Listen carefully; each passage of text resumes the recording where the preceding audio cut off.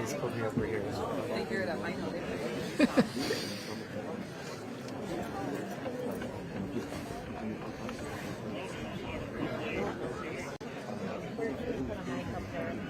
The ground line cold weather.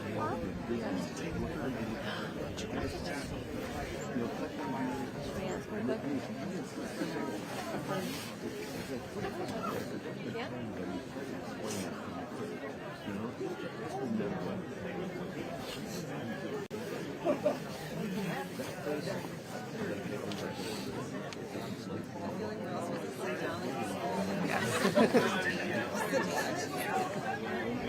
Only 12, I wasn't the deck secretary.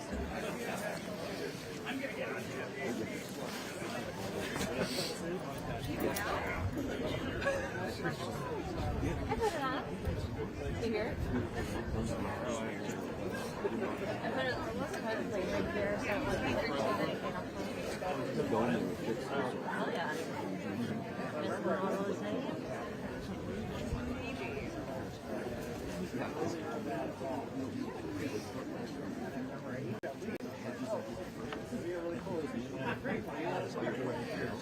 Yeah, I was going to say, here,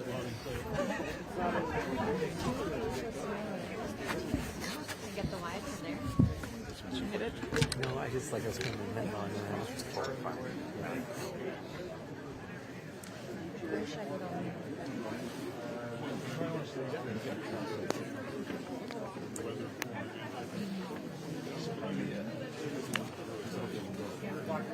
It's almost 4.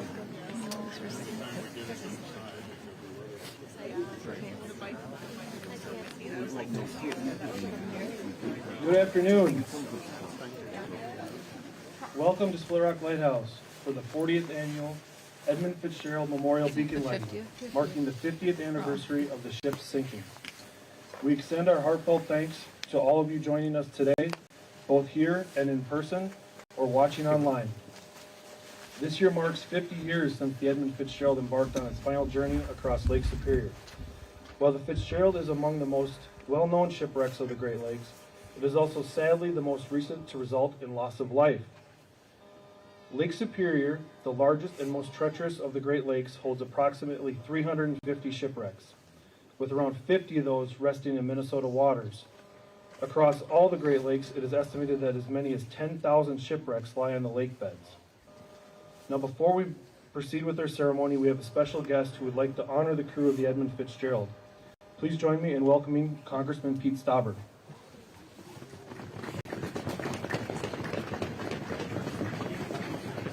Thank you very much. I want to thank the Minnesota Historical Society for giving me the honor and privilege to speak for just a couple minutes in honoring the memory of the 29 men, the Edmund Fitzgerald that sank 50 years ago today. On Sunday, September 9th, it left Burlington Northern Dock 1, loaded with taconite, mined on the Iron Range, taking part in domestic steelmaking. As it left, we know that it hit the storm on the eastern edge, Lake Superior. 29 men went down on that laker, that historic laker. And the mystery that we all share on how it went down, what had happened, what were maybe some of the last words. I want to thank you all for taking part in this memory, the maritime memory that we will never forget. We must also remember every single day these ships are crossing this greatest freshwater lake in the world, delivering the taconite and other fuels, etc., that guide the United States of America. The Great Lakes are a big part of our economy. The maritime industry is also a big part of our economy. As we remember the men who went down, let's also remember that industry is still thriving, will continue to thrive as long as we mine the taconite pellets that won us World War I and World War II. As we say, it's our way of life in northern Minnesota. I want to thank, again, you all for coming and honoring this somber moment, this somber day 50 years ago. We will never forget. I want to again thank the Historical Society for giving me this privilege to speak on the 50th anniversary of remembering the sinking of the Edmund Fitzgerald, those 29 men and their family. Thank you.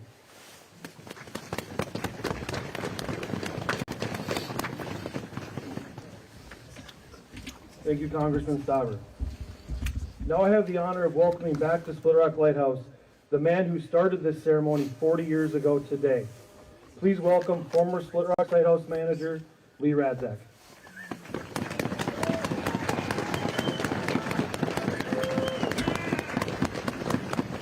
Oh, thank you, Hayes. Good to be back. I'm honored to be back at Split Rock Lighthouse and to be a part of this beacon lighting ceremony to commemorate the 50th anniversary of the loss of the Edmund Fitzgerald and her crew.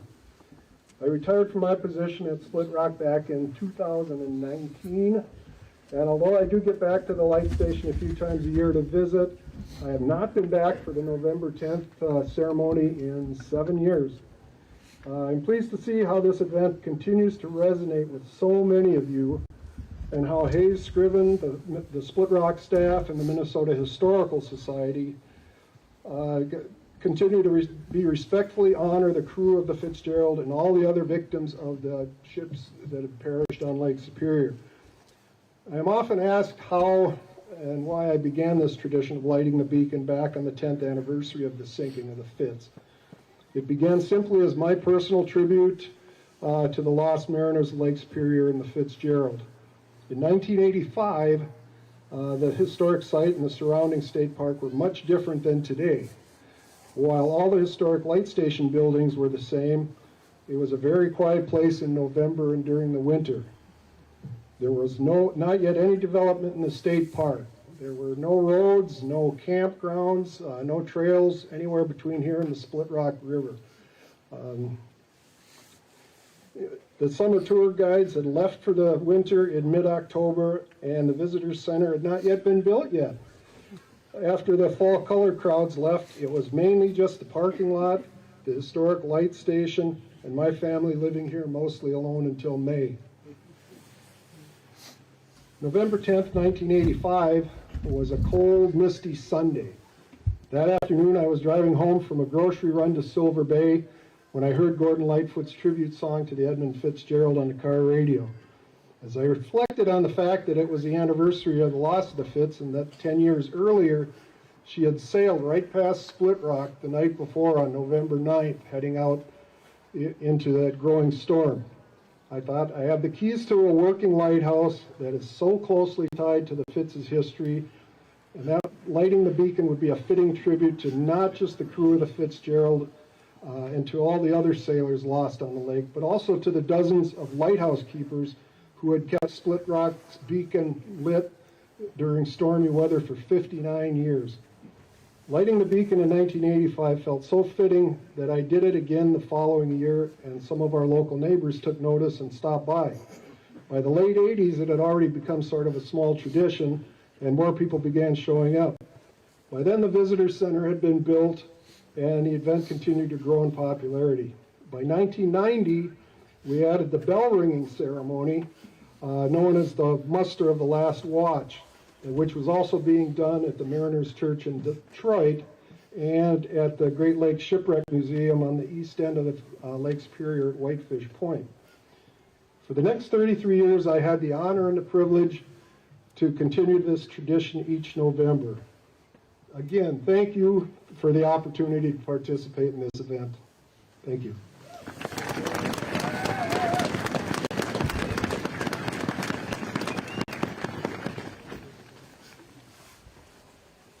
Thank you, Lee. It is because of your simple gesture 40 years ago that we continue to gather here today, honoring the crew of the Fitzgerald and all who have perished on the Great Lakes. Thank you for everything you've done for Split Rock and for the Great Lakes region. One question we're asked quite often is why we continue to hold this memorial every year. For the past 40 years, our answer has remained the same. The sinking of the Edmund Fitzgerald is the most recent major shipwreck on Lake Superior involving the loss of life. But it is also because of this tragedy, it still feels close for many, especially for the families and the loved ones of the crew. Some continue to grieve today, and this ceremony gives us a way to honor that ongoing loss. Beyond remembering the Fitzgerald and its crew, this ceremony also stands to commemorate all who have perished on the Great Lakes. The Fitzgerald stands as a symbol for them all. From the Mayflower in 1891, to the Thomas Wilson in 1902, to the Matapa and the Madeira, and the 27 other ships that were lost on the Great Storm of 1905, to the Daniel J. Morrell in 1966, just 9 years before the Fitz went down. Through this annual memorial, we remember them all. Every ship, every sailor, every story that the Great Lakes still holds beneath their surface. Now as we gather to honor the crew of the Edmund Fitzgerald, we turn to the muster of the last watch. The muster is a traditional nautical ceremony of remembrance, honoring those lost at sea. It includes a solemn ringing of the ship's bell, traditionally when the crew was lost while the vessel was underway. The ship's bell would be rung at a time when their watch was mustered, and their name called for the first time after their loss. In place of their response, aye, aye, the ringing of the bell signified their absence, preserving their place among the crew. When a vessel and all hands are lost, as with the Edmund Fitzgerald on this date 50 years ago, the ceremony is conducted ashore, and it becomes the muster of the last watch, honoring the entire crew by name. Today we will add a 30th and final toll for all sailors lost on the Great Lakes and conclude with the lighting of the decommissioned Split Rock Lighthouse beacon. But before we begin the muster of the last watch, we will be led in the singing of the Navy hymn by Paul Waterman, Roger Reinert, Pamela Gardis, and Aaron Rohde. After the beacon is lit, the lighthouse will reopen and remain open until 6 p.m. I now invite Roger Reinert to share with us the tradition and the significance of the muster of the last watch, or the Navy hymn, sorry.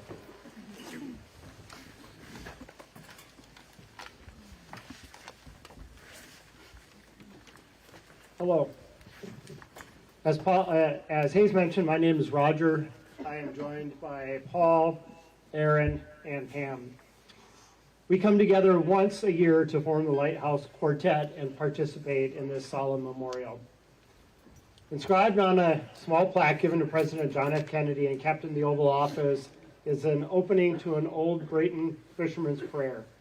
"O God, thy sea is so great, and my boat is so small." Seems so appropriate for today. The hymn we are about to sing is also appropriate for today. Eternal Father, strong to save. It was written in 1860 by William Whiting. Whiting grew up near the ocean on the coast of England, and at the age of 35 felt his life had been spared from a violent storm that nearly claimed the ship he was traveling on. This instilled for him a belief in God's command over the rage and calm of the sea. Years later, he was approached by a student about to travel to the United States who confided in him an overwhelming fear of the ocean voyage. Whiting shared his experiences of the ocean and subsequently wrote this hymn to anchor the student's faith. The hymn is traditionally associated with seafarers in the maritime services. Multiple armed services have also adopted the hymn to include the United States Navy. Accordingly, it is often referred to as the Navy hymn and is sung at the end of every service at the Naval Academy Chapel. The hymn also has a long tradition in the civilian maritime context and is regularly invoked by ship's chaplains and sung during services on ocean crossings.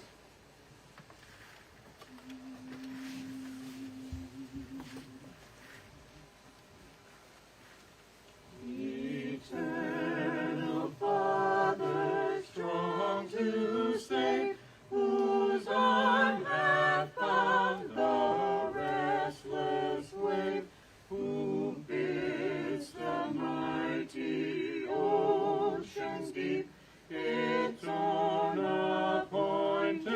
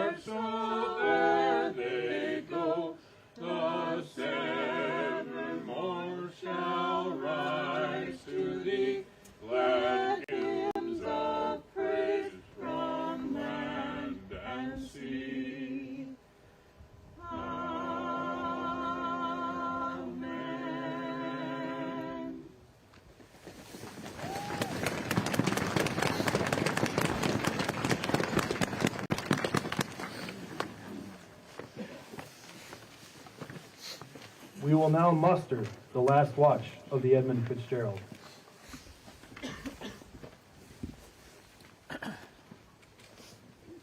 Michael E. Armagos, 3rd mate. Frederick J. Beecher, Porter. Thomas Benson, Oiler. Edward E. Binden, 1st Assistant Engineer. Thomas D. Borgeson, A.B. Maintenance Man. Oliver J. Champeau, 3rd Assistant Engineer. Nolan F. Church, Porter. Ransom E. Cundy, Watchman. Thomas E. Edwards, 2nd Assistant Engineer. Russell G. Haskell, 2nd Assistant Engineer. George J. Hall, Chief Engineer. Bruce L. Hudson, Deckhand.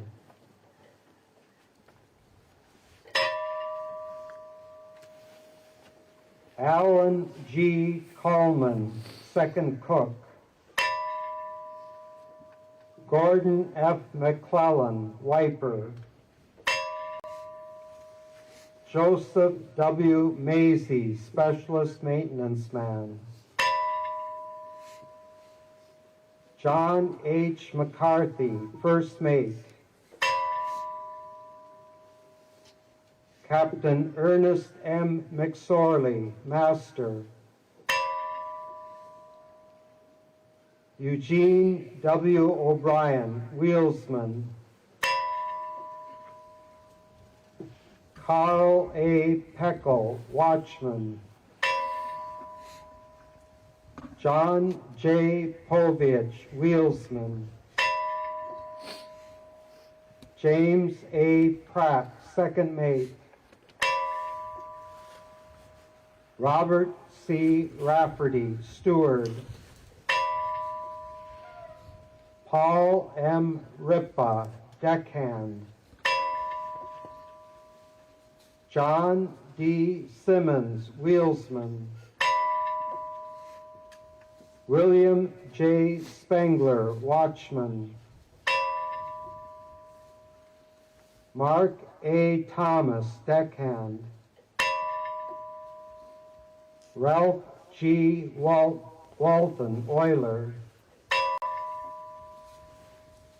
David E. Weiss, Cadet. Blaine H. Wilhelm, Oiler.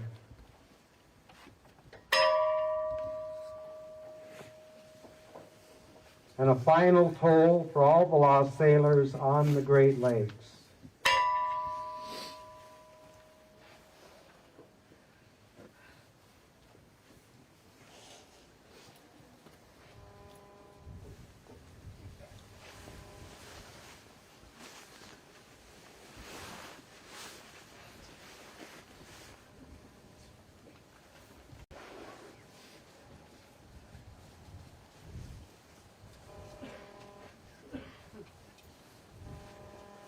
Guests will now be allowed to enter the lighthouse by forming a line, and staff will help you in creating an orderly and safe fashion to get up there.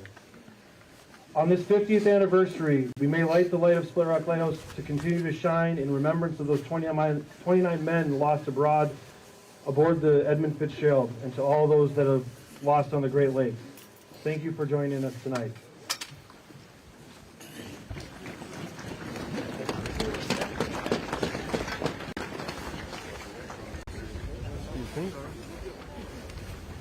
Sorry.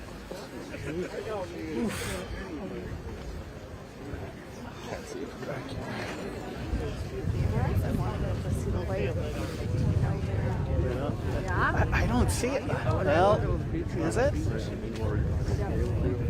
I only see it. Oh, sorry. Okay.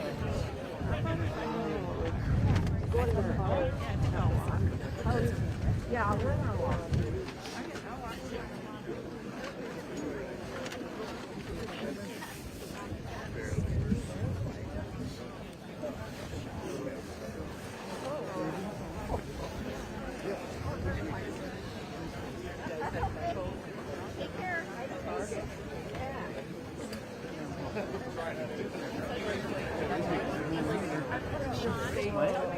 that's when I'm in New York State. I'm like, I don't know. Oh. Yeah. 2.5 hours north from us. There you go. From where we live.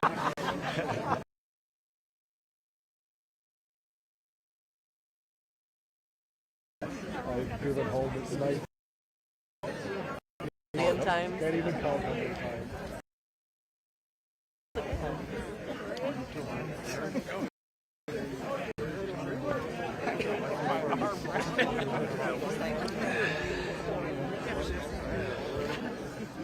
Trying to follow a girl.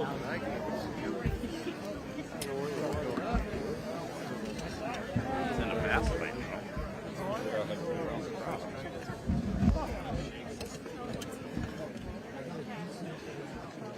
Y'all having fun? You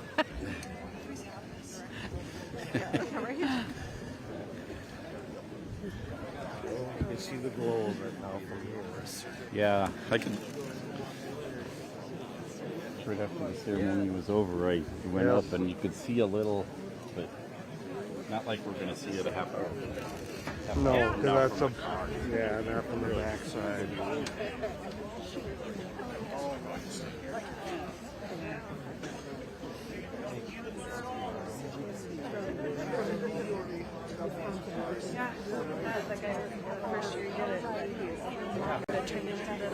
Yeah.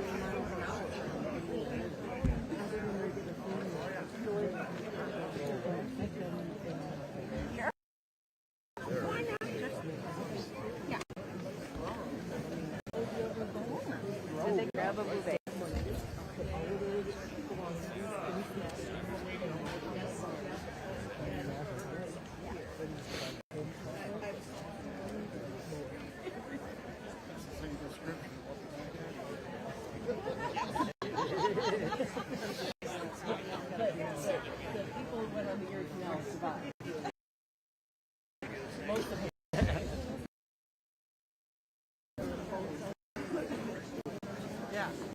People are leaving.